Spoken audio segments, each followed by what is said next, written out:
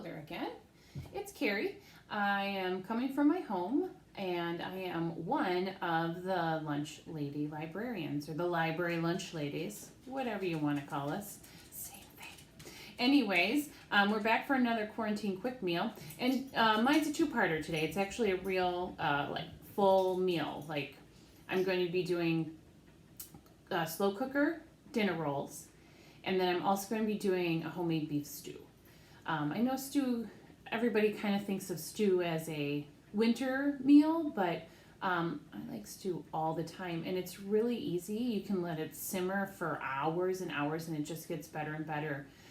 So we'll be doing kind of a complete quick meal today. But I'm going to start off with the slow cooker dinner rolls.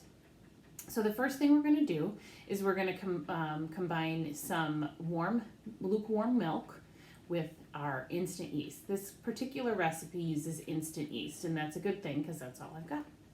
And right now, during the quarantine, it's impossible to find active dry yeast. So I've got my warm milk measured out here. What I did is I took it out of the refrigerator, poured it in my cup, measuring cup, and then I put it in the microwave for 15 seconds first. Still a little cold, so then I put it in for another 10, and then it was perfect. So altogether 25 seconds, but I would definitely recommend doing 15 seconds first, and then another 10 seconds to get it to the right temperature.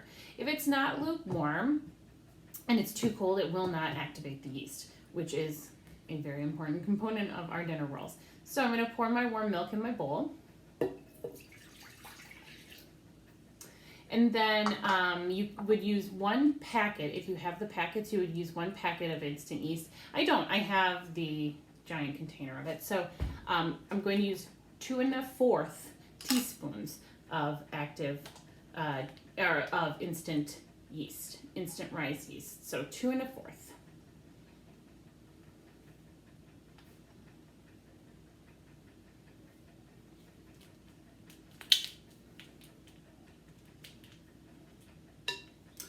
Have a 4th. Bum, bum, bum. 2. Okay. And now we're going to stir it around. You want to mix it in pretty good. It's still going to be lumpy. I mean, that's just how it's going to look. But we got to mix it in as fast as we can. Okay. All right, so this is what the yeast looks like right after I mixed it up, okay? So we're going to wait another 5 minutes, and then we'll come back, and it should look a little bit different. Okay, so it's been 5 minutes, and if you can see, the yeast is like a bit clumpy in there, and it was foaming, so you can see all those bubbles in there. So that's what you want. You want that to be foaming. It smells yeasty as well, so that means that your yeast is activated. So now that it's activated, we are going to add the rest of our ingredients into the bowl. Okay, so now that we have the yeast is activated, we're going to add the rest of our ingredients all to the one bowl. So what we have is we've got 3 cups of all-purpose flour. Woo!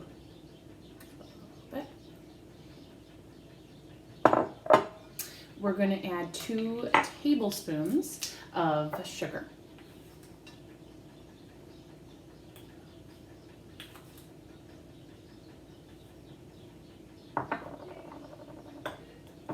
We're going to add 2 teaspoons of salt.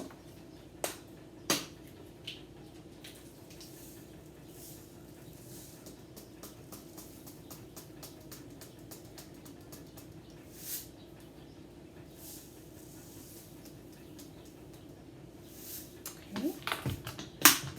I have 2 tablespoons of butter.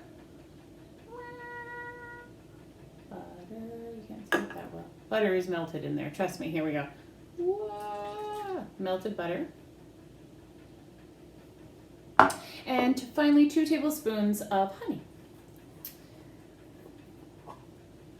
And actually, a patron at the Franklin Public Library gave me this. She makes her own honey, and she's a regular in my craft classes. And I can't wait. I just opened it up. I can't wait to use it. So thank you, Bonnie.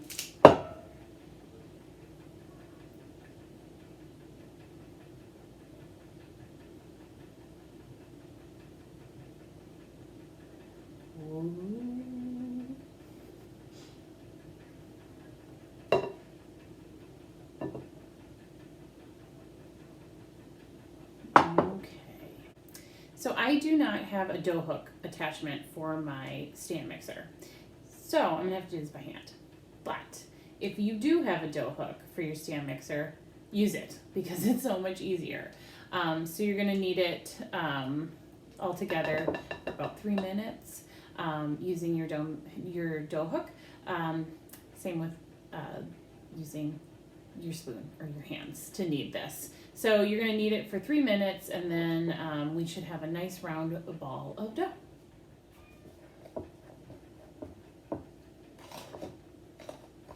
All right, so I'm stirring, and it's already forming a dough, so that's good. It formed a dough pretty quickly.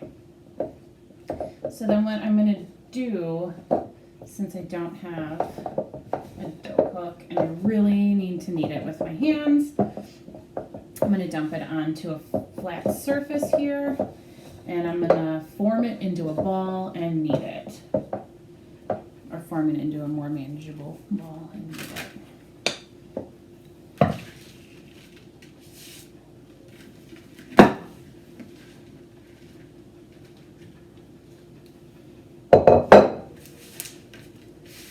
Kind of mix the ingredients together that aren't completely mixed in with a spoon. We're just going to keep kneading it, which basically, if you've never kneaded anything before, is just smushing it a lot and squeezing it through your hands to form a dough. Okay, so now that I have my dough ball, we are going to kind of flatten it out a bit. And then we're going to cut it into 12 equal pieces. So that might be a bit of a challenge. I'm not always so good at cutting things equally, but I'm going to try. So I'll kind of cut it in half, and I'm going to kind of flatten it out a little more so that there isn't one spot in the middle that's thicker than another. That'll just help me cut it better.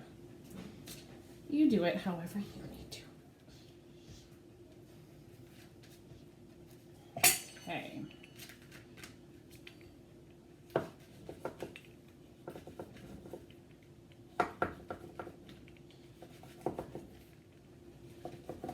I only got 5.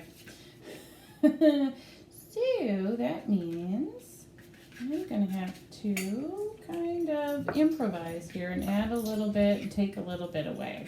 Because basically what we're going to do after we cut these pieces is that we are going to form them into balls.